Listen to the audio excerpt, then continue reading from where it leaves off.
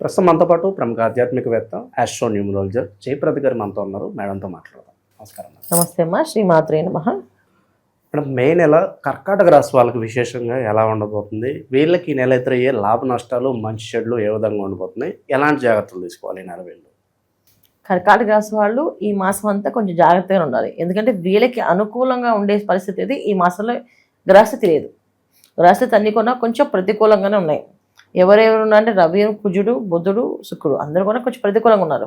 కాకపోతే చూడడానికి వాళ్ళు చేసే పనుల్లో వాటిల్లో కాస్త అనుకూలంగా జరిగే వ్యవహారం కొంచెం ముందుకు వెళ్తుంది. అంటే చాలామంది వ్యాపారం చేస్తుంది, కొంచెం వ్యాపారం అభివృద్ధి అయ్యే అవకాశం కొంచెం మార్గాలు కనిపిస్తూ ఉంటాయి. దానివల్ల ముందుకు వెళ్ళే అవకాశం ఉంటుంది. ఉద్యోగాల్లో పెద్ద పెద్ద పొజిషన్లోకి వచ్చే అవకాశాలు ఉంటాయి. ఆ పొజిషన్స్కి వెళ్తారు, కానీ శాలరీ అంతే ఉంటుంది. శాలరీ పెంచరు, పొజిషన్ వర్క్స్ మీద ఎక్కువ పెంచుతుంటారు ఈ మాసంలో. వీళ్ళకి ఏంటంటే చూడడానికి, చెప్పుకోవడానికి పొజిషన్స్ చాలా బాగుంటాయి. అయితే ఈ మాసంలో వీళ్ళకి ఉద్యోగస్తులకి, వ్యాపారస్తులకి అంత అనుకూలంగా ఏమీ కనిపించట్లేదు. స్థలాలు, పొలాలు కొనుక్కునే వాళ్ళకి కాస్త అనుకూలంగా ఉంది. అంటే వీళ్ళు ఏదైనా ఇన్వెస్ట్మెంట్ ల్యాండ్ మీద ఇన్వెస్ట్ చేస్తున్నారు, అది వీళ్ళకి అనుకూలంగా ఉంది. ఎప్పటి నుంచో ఇల్లు వెతుకుతున్నారు, ఇల్లు కొనాలనుకుంటున్నారు, మంచి ఇల్లు, వాళ్ళకి అనుకూలమైన ఇల్లు అనుకున్న బడ్జెట్లో రావాలనుకుంటున్నారు, అవి వచ్చే అవకాశం వాళ్ళకి బాగుంది. ఇంకా ల్యాండ్స్ పొలాలు కొనాలనుకుంటున్నారు, అది చక్కగా వాళ్ళు కొనుక్కోవచ్చు, అది కూడా బాగుంది. గవర్నమెంట్ సంబంధించిన పనులు, వ్యవహారాలు వీళ్ళకి అయ్యే అవకాశాలు ఎక్కువగా ఉన్నాయి.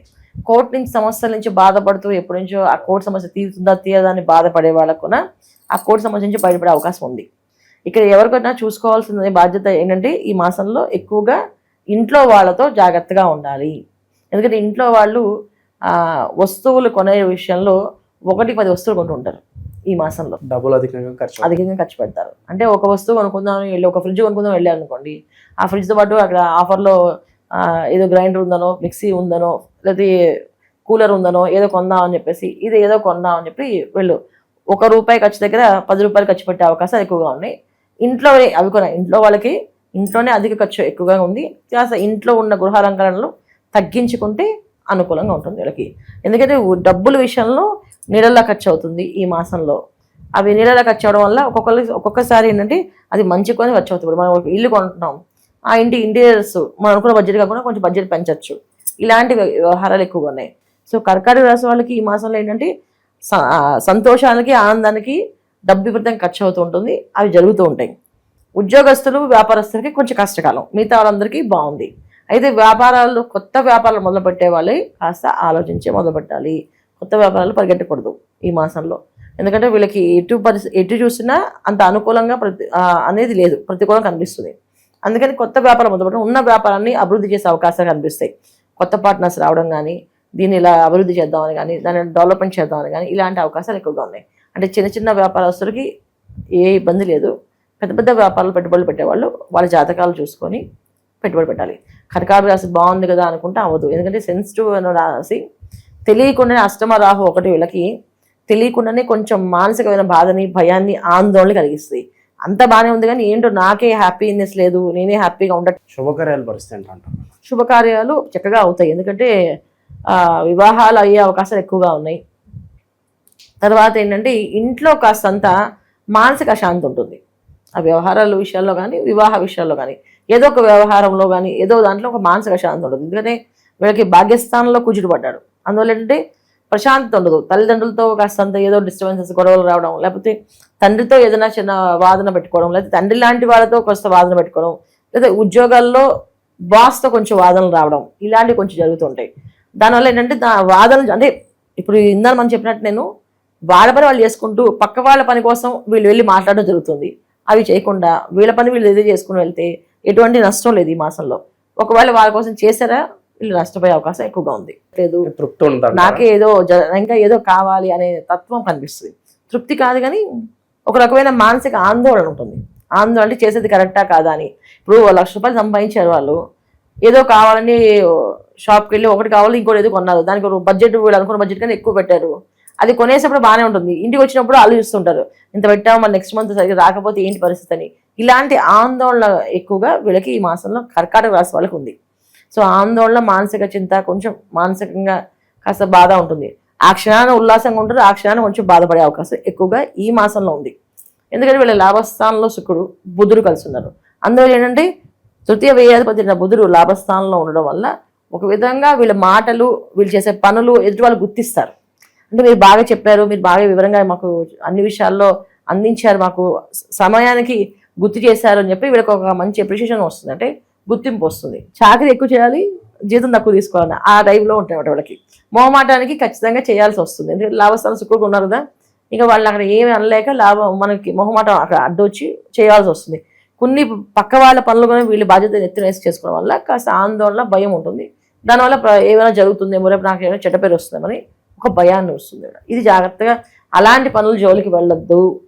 మీ పని అయితే మీరు చేసుకోండి ప్రశాంతంగా. మీ పని మీరు చేసుకుంటూ మీకు కావాల్సిన వస్తువులు మీరు కొనుక్కుంటే మీకు నచ్చినవి మీరు చేసుకున్నంత వరకు ఏ ఇబ్బంది లేదు. పక్క వాళ్ళ వ్యవహారాల్లో మొహమాటానికి వాళ్ళకి సాయం చేద్దాము, వాళ్ళకి ఏదైనా మనం వాళ్ళకి ఏదైనా చేయకపోతే ఎలాగా అని అనుకున్నామో అది మనం ఎత్తిన భారంగా మారుతుంది. అదొక్కటి జాగ్రత్తగా తీసుకోండి అంతే. మేడం, బయట పరిస్థితులు మనం చూస్తున్నాము, ఆర్టిఫిషియల్ ఇంటెలిజెన్స్ ద్వారా చాలా వరకు ఉద్యోగాలు పోతున్నాయి. అలాగే ఆల్రెడీ జాబ్ చేస్తున్న వాళ్ళు కెరీర్లో గ్రోత్ లేక ఇబ్బంది పడుతున్నారు. అలాగే ఎప్పుడు ఉద్యోగాలు ఊడిపోతాయి అని చెప్పి భయపడుతున్న వాళ్ళు చాలామంది ఉన్నారు. ఈ పరిస్థితుల్ని చక్కబెట్టడానికి మంచి రెమెడీస్ ఏమైనా ఉంటే తెలియజేయండి. తప్పకుండా. అంటే ఇప్పుడు పరిహారాలు చేయడంలో ఒక పద్ధతి అయితే, నా ఉద్దేశం ఏంటంటే ఎప్పుడు కొన మనిషి ఒక మనస్తత్వం ఎలా ఉండాలి అంటే వాళ్ళందరూ వాళ్ళ రియలైజేషన్ ఉండాలి. ఎప్పుడు కొన ఏ పనైనా ఏ వ్యవహారమైనా, ఇప్పుడు ఉద్యోగాలు పోతున్నాయి, ఉద్యోగాలకు పరిహారమే కావాలి ఖచ్చితంగా అంటే నేను చెప్పేది ఏంటంటే ఉద్యోగం అనేది ఏంటది ఒక యోగం. అంటే యోగాలు ఇచ్చేవాళ్ళు ఎవరు మనకి? శుక్రుడు అధిపతి. ఆ శుక్రుడు అధిపతి ఉండడం వల్ల శుక్రుడు ఒక అనుగ్రహం కావాలి అంటే స్త్రీలను ఎక్కువ గౌరవించడం, స్త్రీలతో ఎటువంటి ఇబ్బందులు పెట్టకుండా, స్త్రీలతో ఎటువంటి అసభ్యపరమైన పనులు చేయకుండా ఉంటే వీళ్ళకి కలిసి వస్తుంది. అయితే ముఖ్యంగా స్త్రీలు అంటే ఎవరెవరు ఉండే వీళ్ళకి ముఖ్యంగా తల్లి, భార్య, తర్వాత చెల్లెలు, వీళ్ళు ముగ్గురు ఉంటారు ముఖ్యంగా. వీళ్ళ ముగ్గురిని ఏమి అనుకుని ఉంటే ఎవరికైనా సరే ఉద్యోగాలు పోవు. ఇది ఒక పరిహారం. చాలామంది ఏ రెమెడీ చేయాలంటారు, కానీ వాళ్ళని ఊరికే సతాయిస్తుంటారు, సరదాగా ఏడిపిస్తుంటారు చెల్లెల్ని, అక్కల్ని సరదాగా నేర్పిస్తే వాళ్ళు ఏమవుతుందని చెప్పి. కానీ వాళ్ళకి ఎంత సరదా ఉన్నప్పటికీ వాళ్ళ మానసికమైన పరిస్థితి కొంత మనసులో కాస్త బాధపడితే అది వాళ్ళకి తగులుతుంది. అలాగే తల్లితోటి పోట్లాడకూడదు. వీళ్ళు పోట్లాడకుండా వాళ్ళు చెప్పినట్టు సరే అమ్మా చేద్దాం అని అనుకూలం చేద్దామని సౌమ్యంగా మాట్లాడితే ఖచ్చితంగా ఉద్యోగాలు నిలబడతాయి. తర్వాత భార్య భర్తల మధ్యలో భార్యని హీనంగా మాట్లాడినా కాస్త నీకేం తెలియదు నో మూసుకుంటని చెప్పేసి మాట్లాడితే కూడా పోయే అవకాశాలు ఎక్కువ ఉన్నాయి. సో ముఖ్యంగా చేయాల్సిందంటే స్త్రీని ఎక్కువగా వీళ్ళు గౌరవించడం వల్ల వీళ్ళకి వస్తాయి. ఇది ఎటువంటి స్త్రీలకి ఏంటి, మిగతా బయట జరిగే స్త్రీలకు కాదు, ఓన్లీ ఇంట్లో వాళ్ళకి మాత్రం ఈ ప్రాధాన్యత వీళ్ళు ఇవ్వగలిగితే ఉద్యోగాలు ఖచ్చితంగా నిలబడతాయి. ఇది పెద్ద పరిహారం వీళ్ళకి. వీళ్ళు మౌనంగా ఇంట్లో సౌమ్యంగా మాట్లాడమే వీళ్ళకి పెద్ద టాస్క్. అది చేయగలిగితే అదృష్టవంతులే.